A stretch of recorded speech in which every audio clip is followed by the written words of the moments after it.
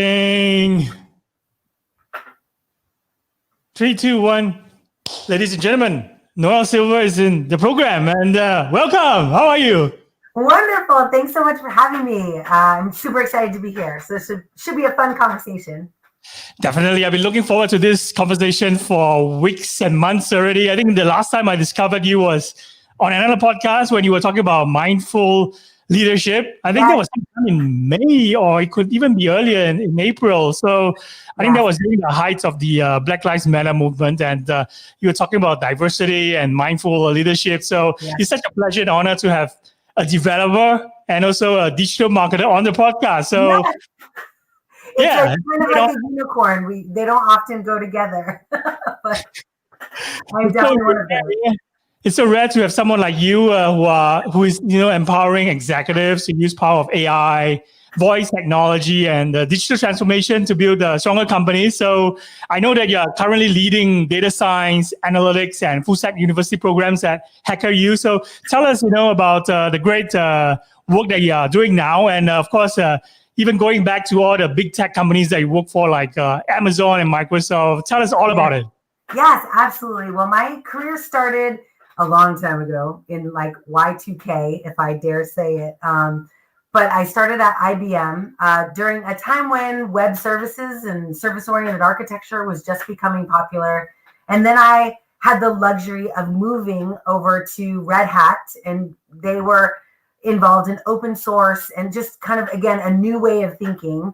And then I went to VMware, where there was virtualization was like this new thing. And then I went to Amazon, where cloud was a new thing. And then my whole life changed. About a year after joining Amazon, I joined the Alexa team. And I was a very early member of that team as a solutions architect and an evangelist, teaching people about the power of really something we hadn't done. Like now I say Alexa and everyone raises their hand and everyone knows what that is.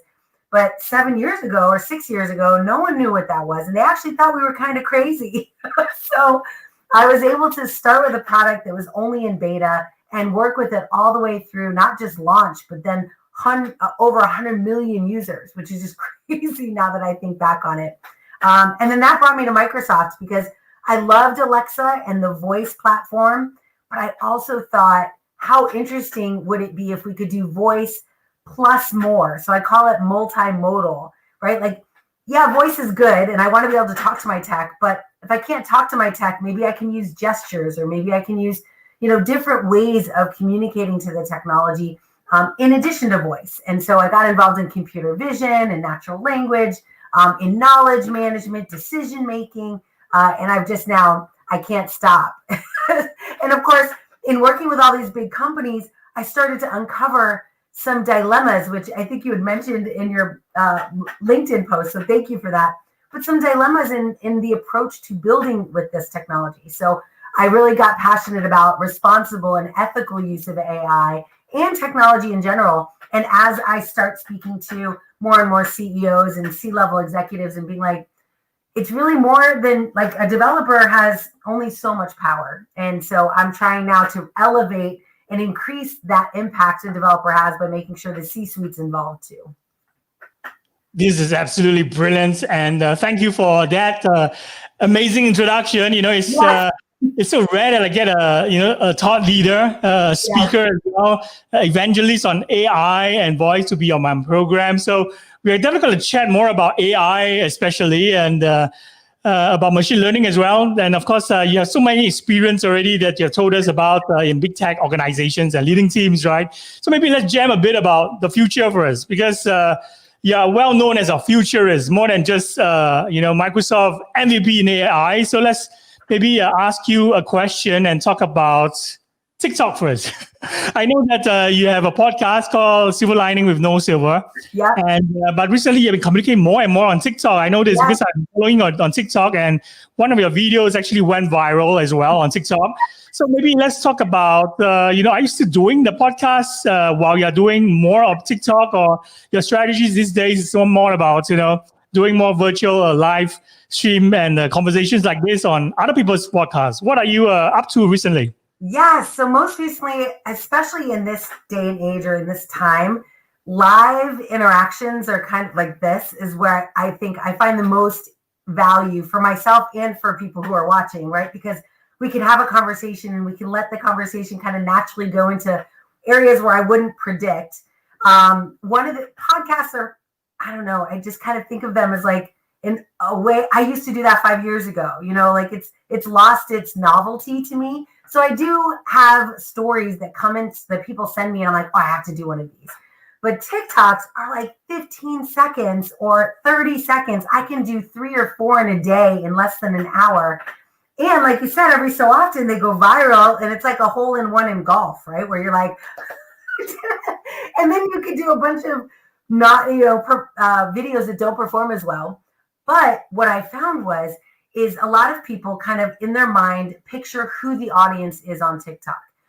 But when you're looking at any platform, and this is how I make my decisions, and this is why I'm so excited to be here with your, CMO audience, is like, we don't know. We'll make a presumption about an audience being young or an audience being a certain demographic.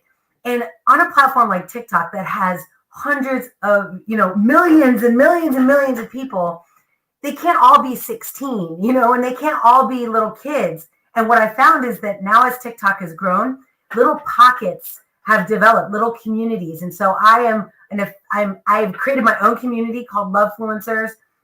It's got hundreds of thousands of views on its videos. And I coined that hashtag, which today, right, it's like Instagram 5 years ago or Facebook 7 years ago or 10 years ago. Like you can build a brand-based hashtag that actually will stick. And all you need is a couple viral videos. And now you can say, oh yeah, just head on over to hashtag Lovefluencers, and you'll see every video that ever went viral for me. So it's kind of cool. Like I've seen this moment come with Instagram, Facebook, Twitter, and I never had enough of the pieces to dive in. And so TikTok has been the first platform where I saw the trajectory of growth, but I had all the pieces. I knew what I wanted to say. I knew how I wanted to say it, and I could say it in the medium that was offered. So that's why it works, because I love video. Not everyone loves video. But the funny thing is my viral video wasn't even me. It was me taking a clip, subtitling and editing another piece of content. And so I want to demystify people being like, oh, I'm not going to get up and dance. Like, I'm in this little community called Tech Talk. There are billions of views in Tech Talk, which is like the technical area of TikTok. And the magic of it is that I don't have to be the dancing teenager or the lip syncing, though I do like lip syncing on occasion. But I don't have to be that. I can literally be my geeky, dorky, like nerdy self and talk about all this tech. And it comes out. Oh yeah, there I am. And there you are. And I go, yeah, that's one of your videos, right? Seth Rogen. Yes, I just posted that right before we went live today. Just posted it. And that's you. So yeah, and so I did a deep fake video, and it got like hundreds of thousands of views, and I was like, I am onto something. So I ended up building more. And as a matter of fact, that's the beauty of these platforms, is that the analytics that are offered tell you what your audience is like. And now we're starting to see, like, YouTube is one of my other favorite channels to go to. And when you go to YouTube, YouTube has an audience retention metric that you can watch. So you can tell exactly when in your 10-minute video, you know exactly the point of that video that has the highest amount of retention. And so as a marketer, I can say that 10 seconds, that's what's going on TikTok. And so I can do every day, I can put new content on YouTube and just watch that metric. And when I spike, I know that that's already primed for good use on another platform. So I think there's just so much we could do to maximize.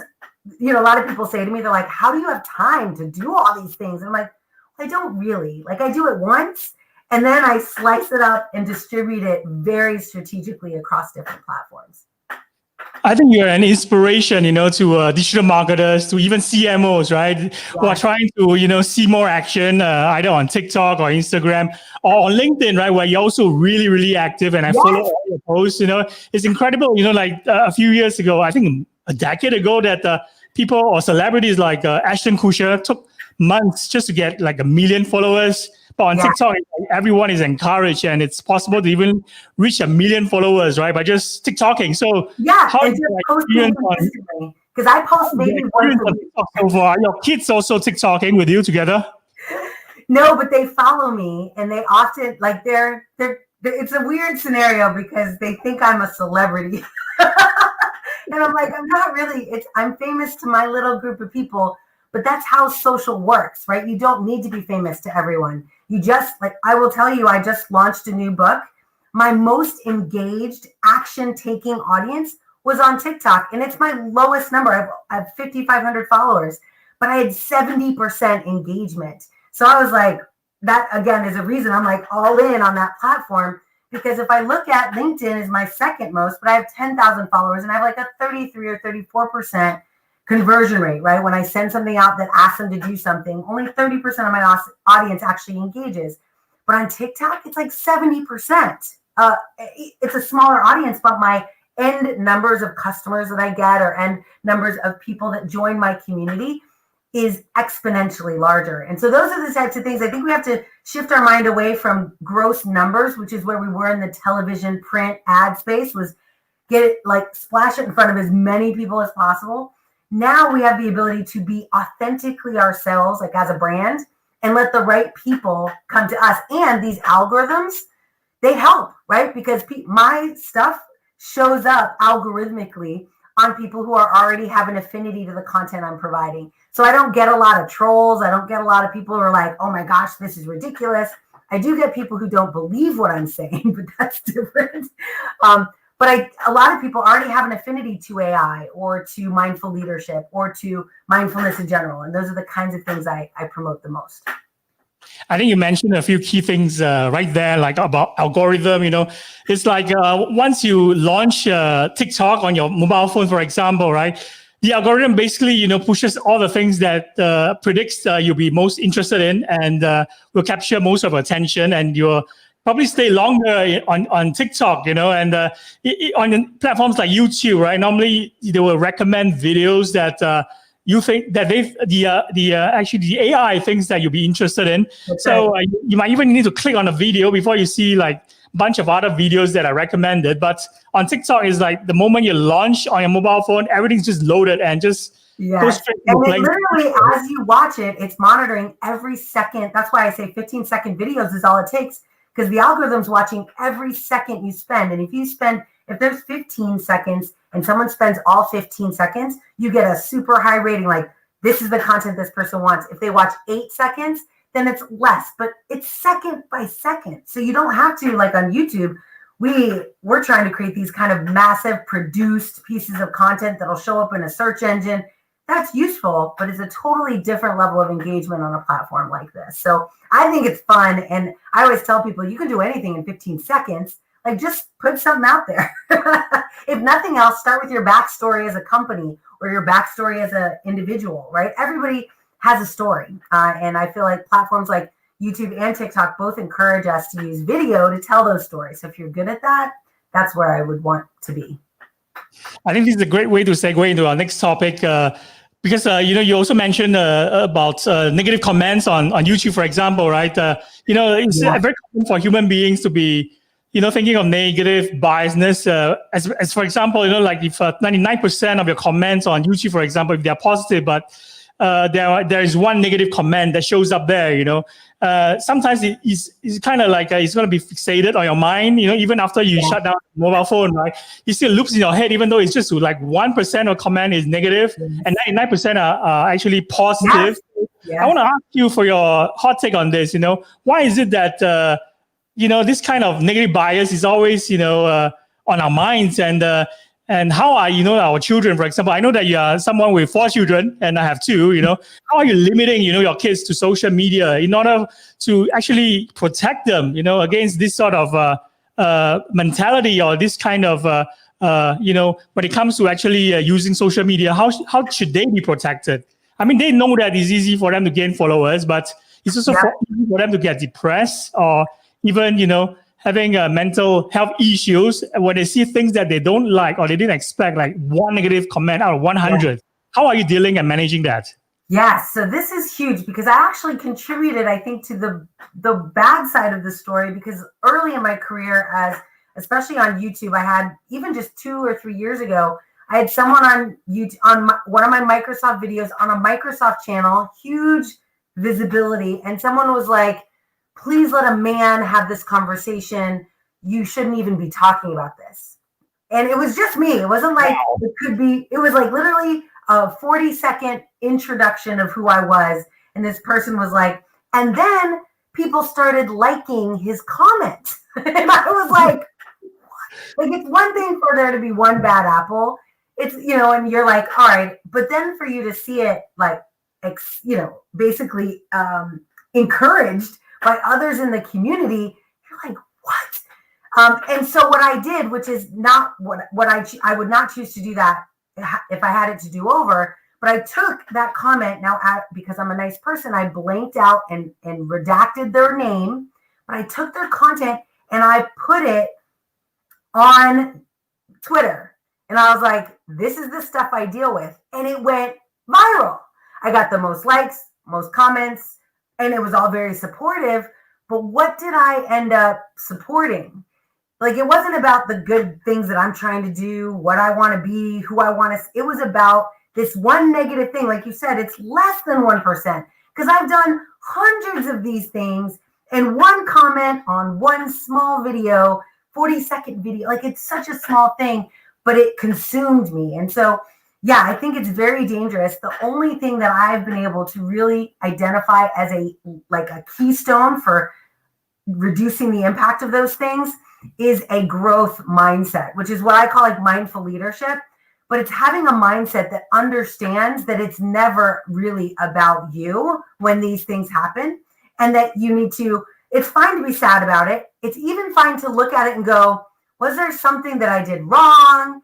But it's not good to stay there. And it's not good for it to become your story. And so that was the lesson I learned, was like, I made it my story.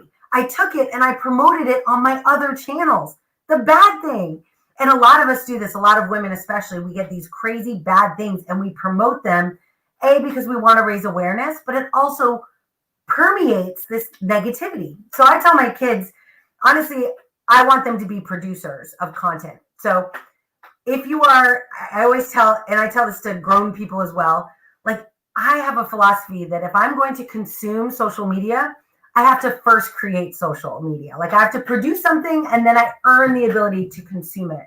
And that in the production of it, I understand what goes into it, creates empathy for all the other people that are also trying to produce content that I'm now consuming. So it solves the problem of me being tempted to say anything negative.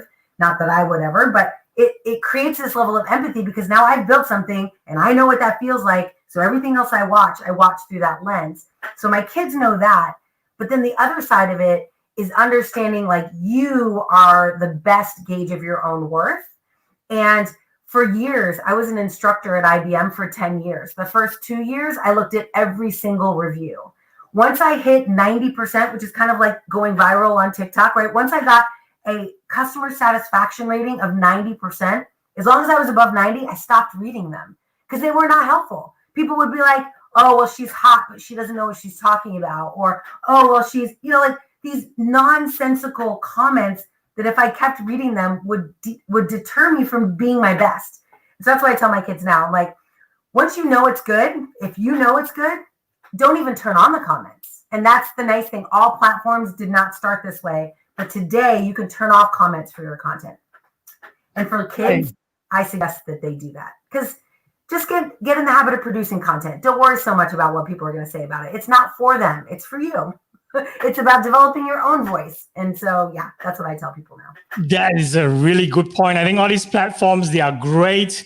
And of course, technology is influencing all of us, right? And the business model kind of, took over where there is like a manipulation based on extracting more attention from the audience. And it's always like, the best performing platforms now, like TikTok, for example, or Facebook, where we're going to talk more about Facebook later on. They are like always giving in to the highest bidder, to the high advertiser.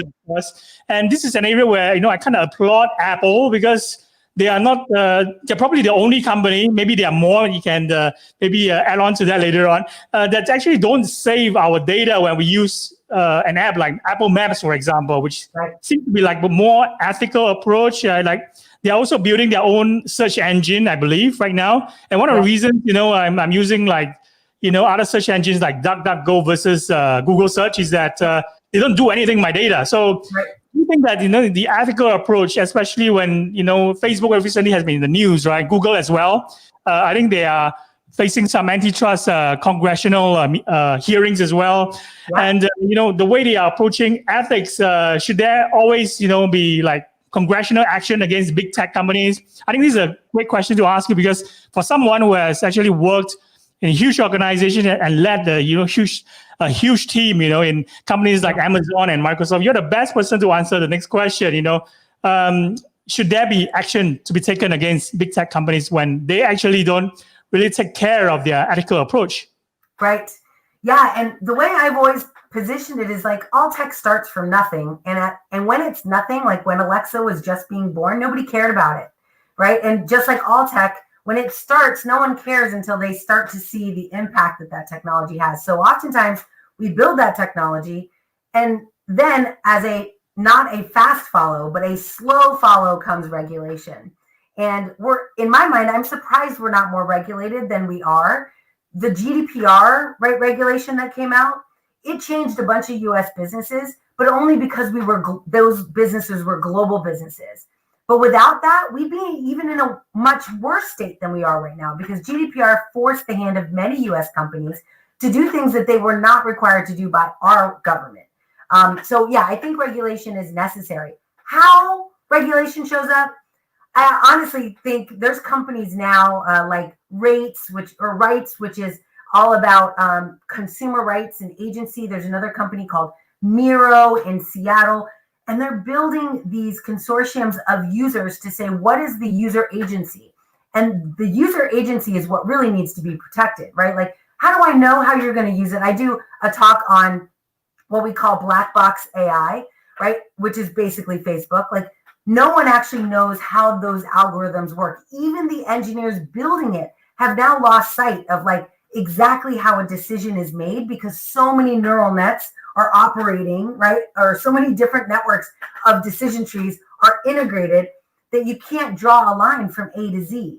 And so we're, in addition to kind of the concept of ethics, comes this concept of just explainability, right? Are you responsible to build an AI that's explainable? I always say, like, this is exactly why Skynet was a thing, right? In these movies, was because AI was built in a box and those people weren't held accountable for explaining the decisions.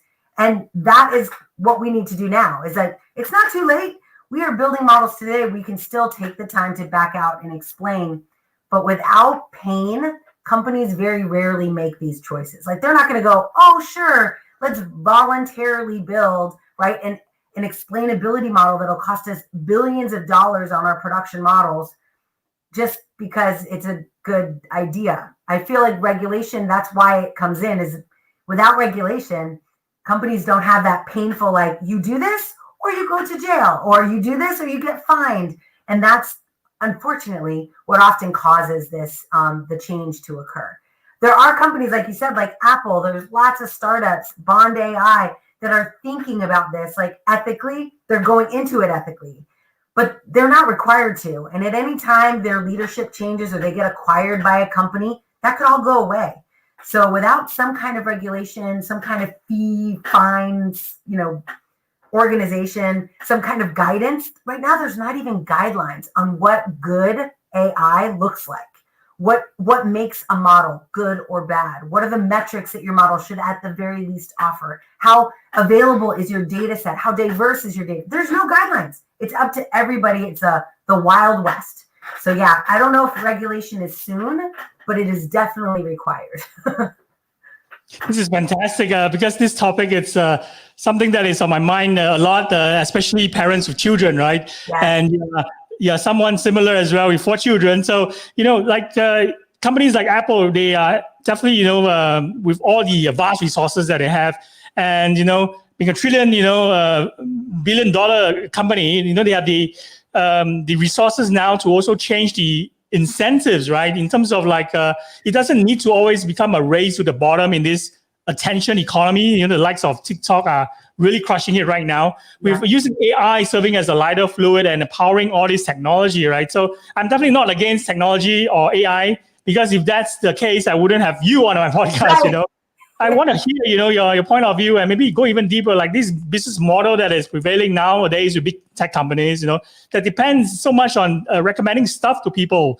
And so that they actually capture more attention, people stay longer, on your platforms, and they become more profitable as a result of that. So I do find like using Facebook, for example, on two different phones sometimes, they show me two different feeds. And what would happen, with this sort of algorithm and AI in other fields, like in voice, for example? You're the expert in this, so I think you're the best person to answer this question.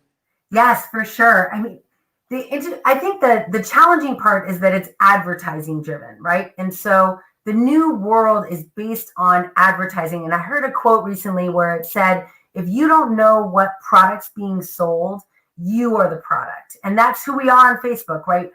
Our attention, good, bad, or indifferent, as long as we are open and staring at a screen where an ad can be presented, they don't actually care how dark it gets. And unfortunately, as the human race, we tend to, we love drama, and we love, there's television shows for decades have been dedicated to the idea that we love drama and murder and mayhem. And that's really unfortunate when we're actually going to be now creating an entire ecosystem based on advertising. So if you go to Facebook, and even with Google, both of them are built on the exact same models. Google started it. A person from Google went to Facebook and was like, get this, we could actually build an entire ad revenue product on this, right? And so they mirrored it. The problem, though, with both of those, but really with Google, is that Google is perceived as a source of truth, right? Like, I remember a time where people would be like, oh, just Google it, you can find out. And they didn't realize that underneath it, all of those ranks, SEO was really founded in this concept of you pay to play, right? You pay to be on the top. And I don't know if you remember, but just a few years ago, they didn't say ad. Like, now they do, because this transparency has been required and that users have said that's not okay. But for a decade, there was no distinction between people who paid a lot to be on top and people who didn't, who were on the bottom. So truth was dictated by those who invested in it.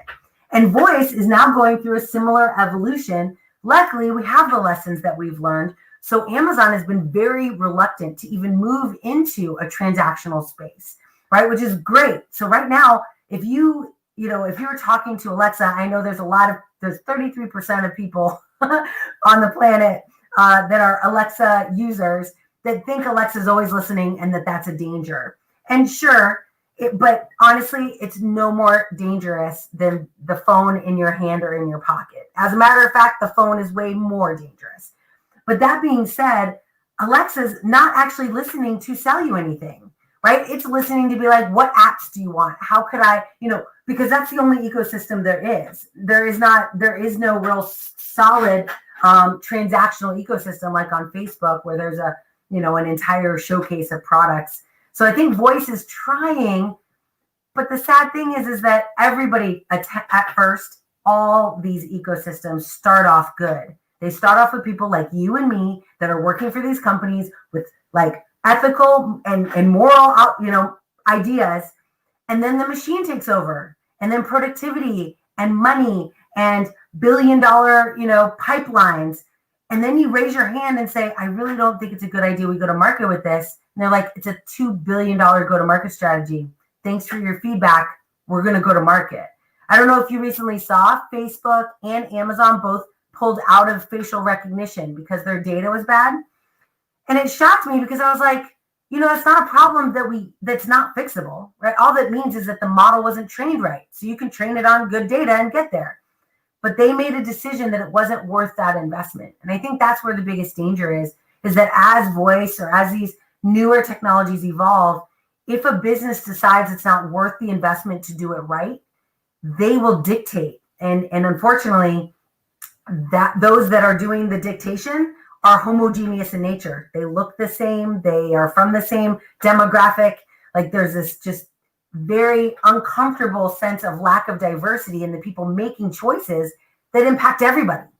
And so I think that's also a big part of why all of us need to know more about how this technology works, why we need to demystify black box AI and make it available to anyone, not just us technical people, right? But anyone should be able to look at something and at least conceptually understand how it works. And so that's like my TikTok is a lot about that. Like, did you know you could go build a custom model with your voice?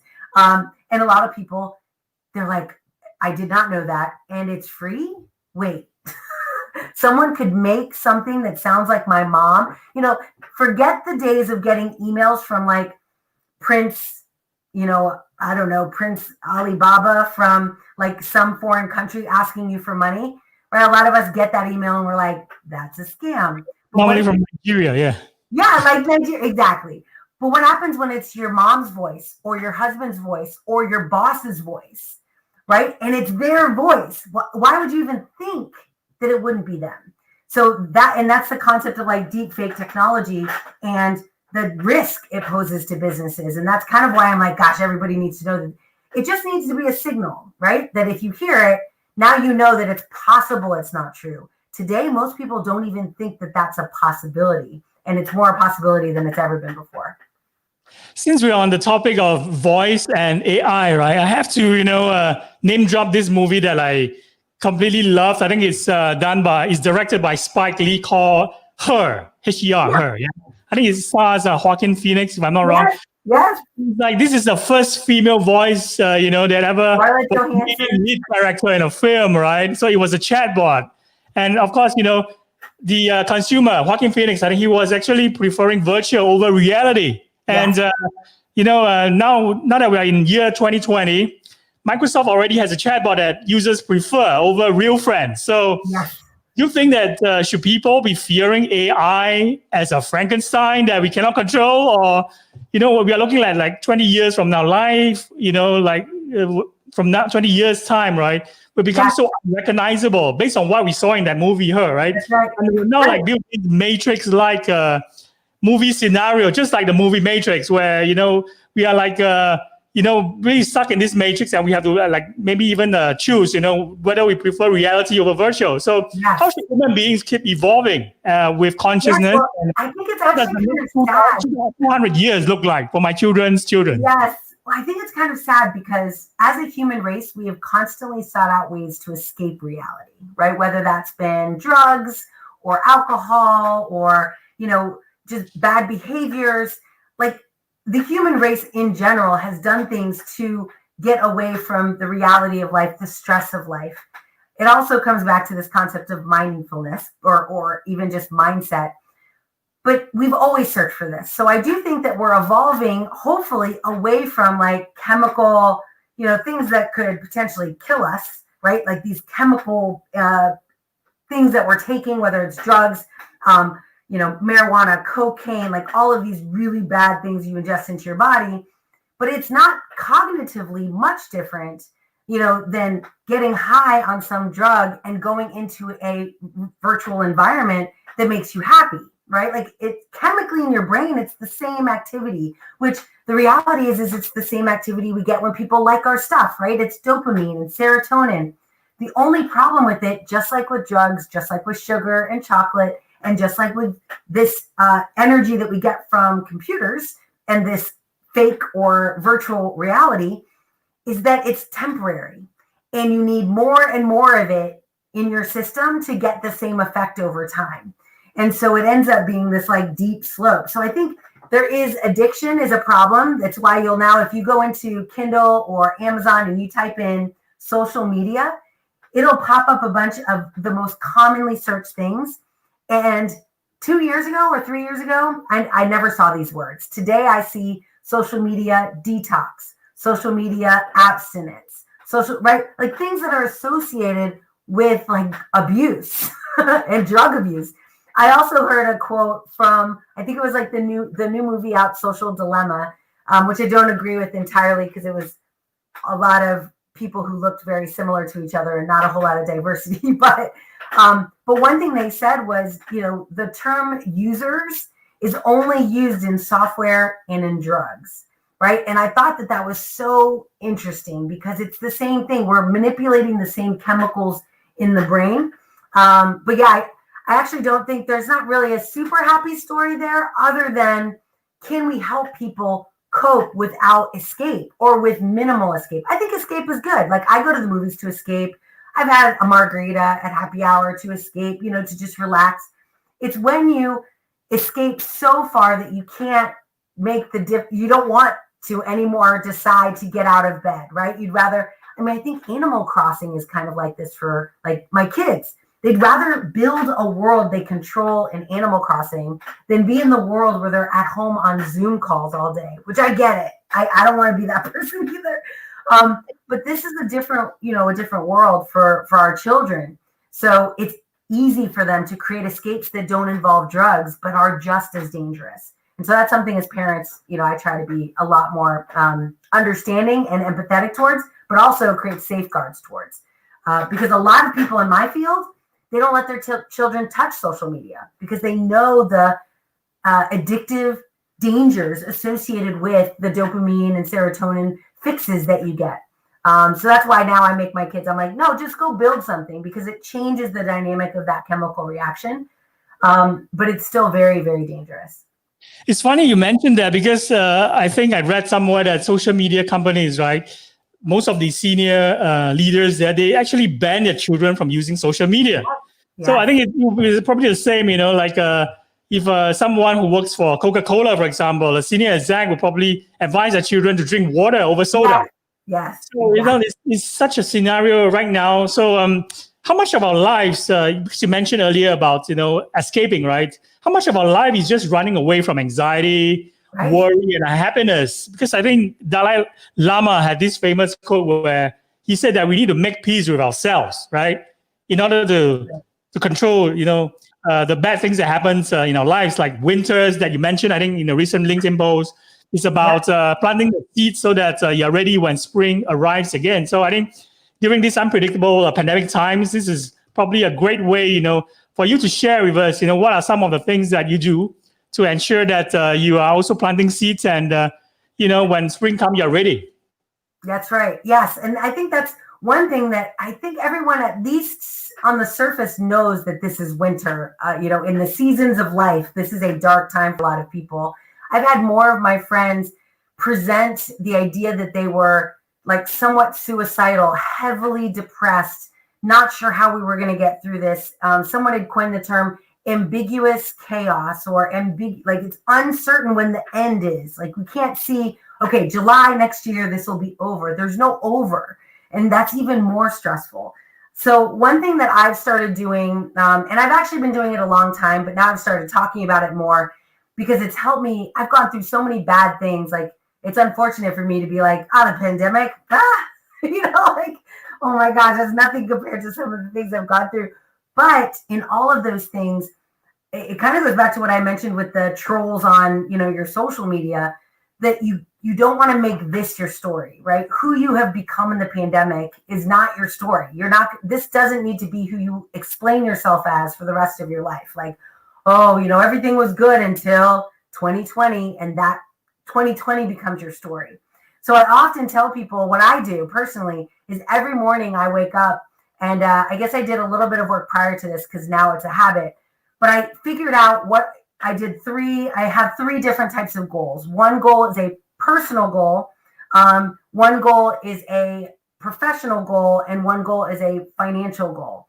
And so I have a goal of basically my financial goal is how much money I want to make, which seems maybe for some like very materialistic. But the reality is I do have 4 children. My dad lives with me. I want to buy a house for my mom. I want to be able to take care of my church. And I just want to do so much.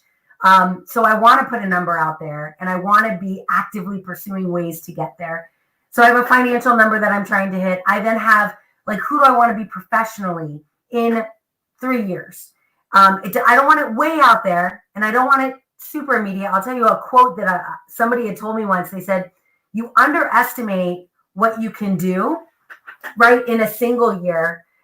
No, you overestimate what you can do in a single year, right? All of us think this year I'm going to write a book, or I'm going to, blow up on social, or I'm going to do this big thing. And oftentimes we barely get to where we want to be in a single year because it goes fast. We all know it goes fast. But in 10 years, right, we completely underestimate our capabilities in 10 years because we can't really see ourselves committing every single day for 10 years to do something. And it's the compound power of those efforts. So what I do now is every single day, I have a journal. It's not here, it's upstairs. But every single day I write down my personal goal, which is it's actually health and wellness. So I have a very specific health and wellness goal, a very specific business goal. I want to have a business of a certain size with a certain number of employees. And then I have a financial goal. I want to be making this much in revenue. And I write it down every single day. And you know what it does is my personal goal, which happens to be health and wellness, it keeps me from eating all the Halloween candy that's in my house right now, right? Because every day I write it down. And I actually have it in whiteboard marker on my mirror in my bathroom. And I also have it on, whiteboard marker on my stainless steel refrigerator. And so everywhere I'm going, I'm seeing these 3 things that I purposely want. And I think that's the seed planting, right? You have to figure out, what do you want? Think about your life 3 years from now and pretend like all of this will be over and you can have whatever you want. And then take steps every single day to get there. So part of that is me talking to you. Part of it is like doing Lovefluencers. I would love for there to be more people who are optimistic about their future and are taking steps towards letting the world know the tough times they've had, but also the success that they've had in their lives. So I created Lovefluencers and I do lives every week in an attempt to move in that direction. And it's so, every time I do something and I can check off that I did it, it motivates me and inspires me to do more because it's achievable. So that's one thing I would encourage is like create 3 goals, write them down every single day, and then take a tiny action towards it every day.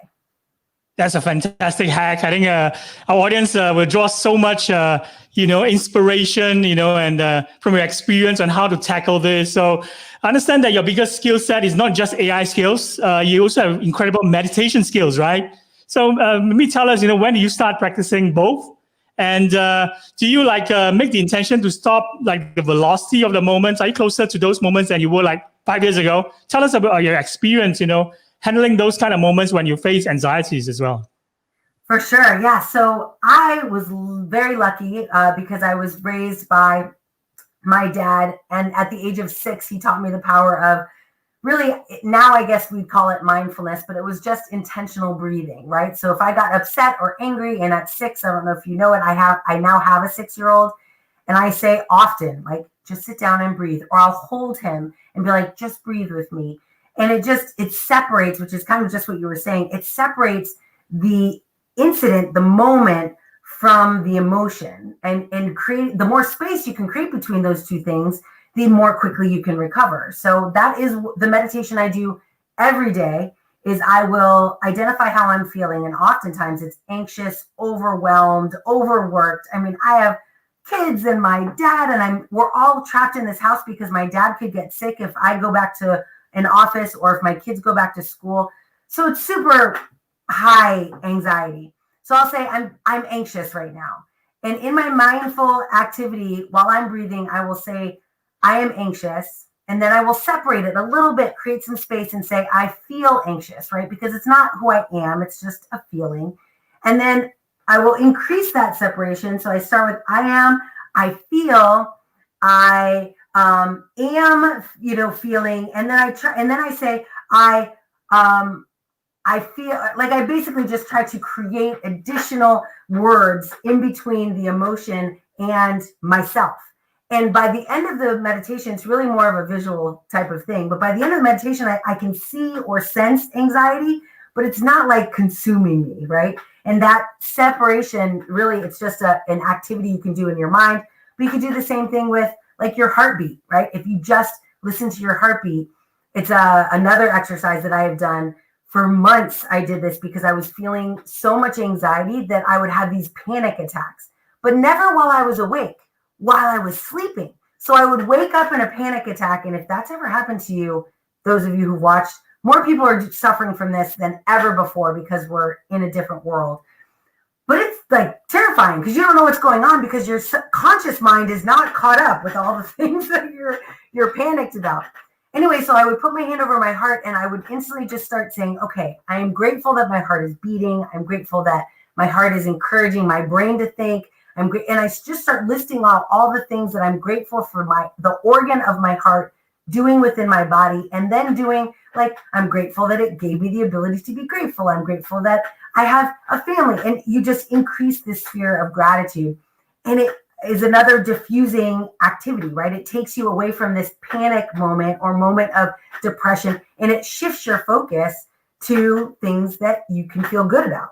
And I feel like between those two things, those are probably my go-tos, but I have been practicing meditation since I was 6. I now spend at least 20 minutes a day in meditation so that I'm like quiet. But I will tell you, my internal quiet is not the same as my external quiet. People have come to my house and been like, there's no way you can meditate in this. And I can't. I can meditate in a subway. I can meditate, right? Like it isn't about the outward noise. You mentioned it with the Dalai Lama's quote, like it's about inner peace. And your inner peace can exist no matter what's happening. It takes a while to get there, but it is an achievable outcome where you actually could be living in chaos and feel completely at peace. I mean, ask a monk. That's literally what they do, right? Be in the world, but not of it. Don't let the world consume you. Experience the world. And so I feel like mindfulness has really helped me get that perspective on life. This is absolutely amazing. I absolutely love that. I think you're providing such great advice for CMOs or digital marketers out there who are always facing deadlines, having anxieties, or they're unhappy, with what's happening in their lives, or just maybe work pressure and this thing called life, right? And where your houses get knocked down, and it's guaranteed, right, that everyone's houses will get knocked down, in one way or the other. So maybe it's like how I actually approach it, even though I don't meditate, I have my Apple Watch, which basically gives me feedback if I don't breathe enough, or I don't stand, or I don't work out enough. It's like it knows that my bio is stressed, allowing me to hone in on that area. And if something that I don't spend enough time with, it reminds me. So there are different ways of dealing with this. And I think meditation helps. Technology also helps. So this brings to the topic again about AI and machine learning, how technology has helped humanity. It's not just, only the cons, there are a lot of pros as well. So before we let you go, we definitely have to squeeze in one last question about, women in tech. You are one good example of someone who have actually, crushed this in the tech world. So maybe tell us, do you also have to struggle to be a female and the only brown person in your teams? How do you manage wing clipping, especially in big tech organizations, when people would just say, just do the job you're hired for, How do you manage the work that you're doing so that people don't take your ambitions as a threat? Is that also why you want to encourage people to create a new level of leadership? Yeah, don't make me cry. Oh my goodness. This is like the Barbara Walters moment. This happens so often. It's one of the things I'm just so passionate about this, because women in AI is even worse, but women in technology in general, there aren't many of us. Our numbers are dismal. There's a great report out called Reboot Representation by the Gates Foundation. And it's wonderful because it says, we've done a great job. We're getting more people into the pipeline. More than ever are we hiring diverse candidates. But guess what? Those candidates aren't staying. And they're not staying for exactly this reason, that there's this systemic unconscious bias towards people, not just women, but people of color. I happen to be both, so I'm like double whammy, where I learned at a very early age in my career, I was at IBM, I learned that I had to over-prepare, like multiple over-prepare over my counterparts who were Caucasian and male. And the reason why was because when I got up in front of a classroom, they instantly presumed I didn't know what I was talking about and would start just firing off questions to test my understanding. That never happened to my peers, ever. And I was like, this isn't fair. I remember running to the bathroom and being like, it's not fair. This is not fair. But I had to make a decision, and I made it. Now, this is my own personal countenance, but I made a decision. I was like, I will never let anyone embarrass me like that again. And I would overstudy, over-prepare, if we were asked to get one certification, I would get 5, right? I would go out of my way. It's an unfair burden because it's just not fair. Why should I have to do that? But that's what I personally did. I remember listening to a journalist at NPR, Nina Totenberg, and she said, those of us in this generation, in my generation, and in her generation, we kind of call it the suck it up generation. It was bad behavior. They shouldn't have done it. But if we wanted to play, and if we wanted to make a difference, and if I wanted to be where I am now, where I have a platform and I can talk about it, I had to put it up. I had to put up with it. I had to suck it up.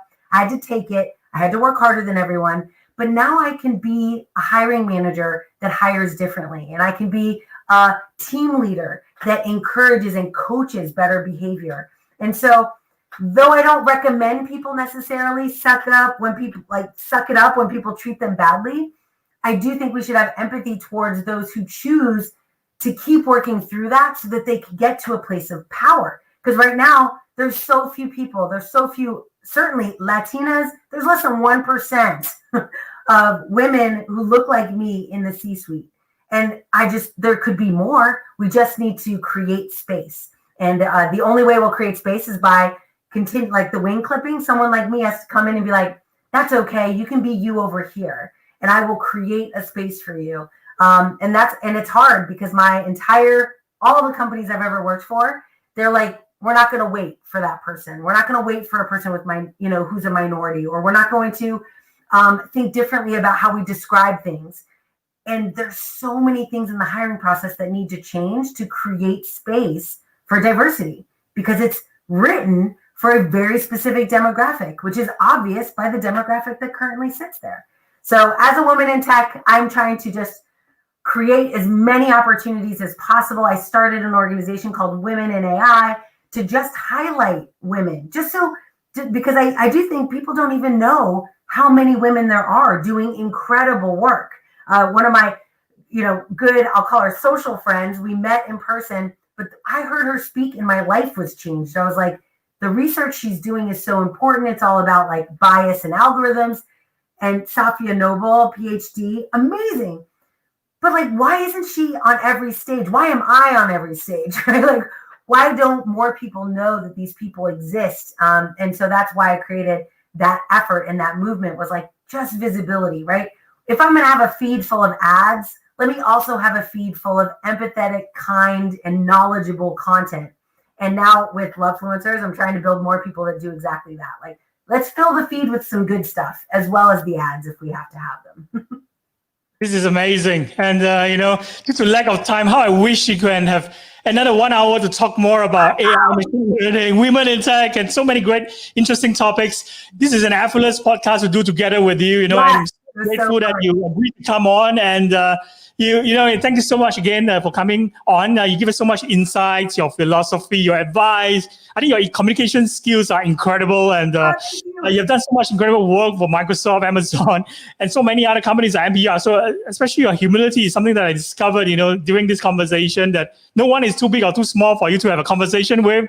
So to our audience who are tuning in Asia, right, and around the world, who thinks that, you should be the one, to help them to actually evangelize or even talk about how AI and machine learning and data science, can help their companies to be more prepared, especially when it comes to the ethical approach for their companies. They should always reach out to you, right? Maybe can you tell our audience how do we? Yes. My LinkedIn door is open, so yes, come on over, connect, and it's great if you say, "Hey, I heard you on the CMO podcast." Just throw your name into a LinkedIn message. I connect with everyone, unless you seem like a prince from Nigeria. But I connect with everyone. So I just encourage us. The world is actually much smaller than we think. And I'm, like you said, very interested in helping you. If you just want someone to bounce ideas off of, or if there's any way that I can help, a connection on LinkedIn, one connection away.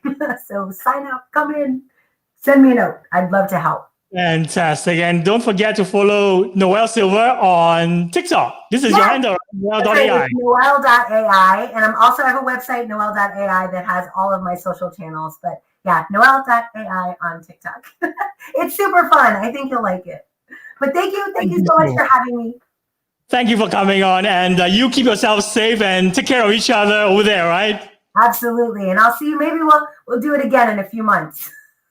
Definitely. I'm going to invite you back on again. Let's see you really, really soon. Goodbye. Bye. Yes. Bye-bye. So, ladies and gentlemen, that's the incredible Noelle Silver. And to listen to more episodes, subscribe to our podcast on Apple, Spotify, and Google. Just search for CMO Asia Podcast and you'll find us quite easily, all right? So once you subscribe, you'll also be able to get new episodes on your smartphone, your iPads, or computers as soon as we publish them. And please don't forget to submit your reviews and your comments as well, because this is highly appreciated by us. So see you at our next podcast live stream, where I think we have people from I think, an esports consultant and also expert from KPMG is coming on to a podcast. So he will share with us more about his unique journey and stories as well. So until then, keep yourself safe, take care of yourself, and take care of each other. Goodbye.